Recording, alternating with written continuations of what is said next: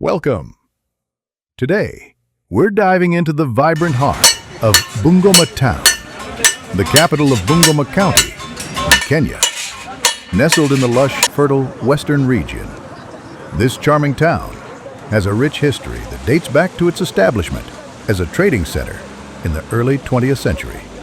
Imagine the bustling markets filled with local produce, the sounds of lively conversations, and the aroma of traditional dishes wafting through the air. Bungoma is not just a place, it's a community where culture and tradition thrive.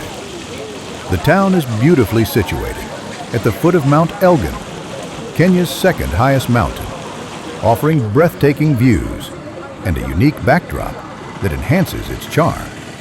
As we explore Bungoma, we'll uncover the stories of its people, the significance of its agricultural heritage, and the warmth of its community spirit.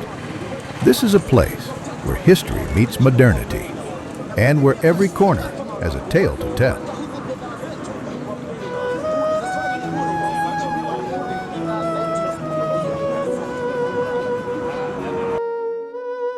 Wakati wa zamani, miaka imepita, tulitembea gizani bila kujua njia.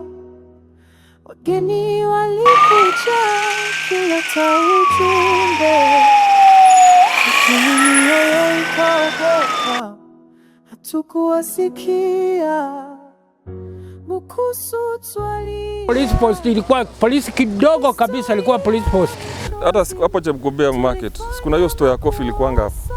Kwa sababu ilikuwa soko kubwa sana ya coffee kutoka huko kwa mpaka. Catholic ilikuwa Kibabi, hapa ilikuwa hakuna kanisa ya Catholic.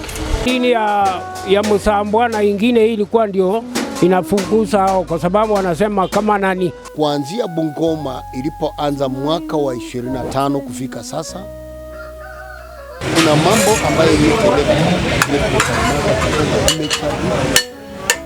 ukiangalia leaders wengi wa Bungoma, ukiangalia origin yao vizuri, si hapa. Wameinuka through others, kwa sababu wanapenda kuishi na outsiders. Kwa sababu ukiangalia kama 2007 hakukuwa na hizo clashes.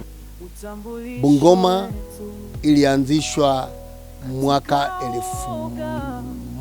1925 wakati wa ujenzi wa railway, na Bungoma imekuwa tauni kubwa, lakini Mungu amenitembelea na kunikumbusha kwa nini Bungoma imekuwa na shida hiyo.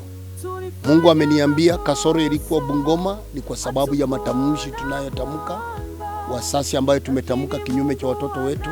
Ilianza vizuri, tukawa na cooperative societies, tukawa na mafactories, tukawa na maendeleo yaliyokuwa makubwa. Bungoma ilikuwa inaheshimiwa. Leo Bungoma haina kuheshimiwa tena, kwa sababu vitu zetu zote, rasilimali zimekufa zote, sababu ya madhabahu zilizo kinyume. Siasa tumeshindwa. Wanasiasa hawana ile maono, hawana maono ya kuweza kuinua watu wao, hawana maono ya kujenga watu wao.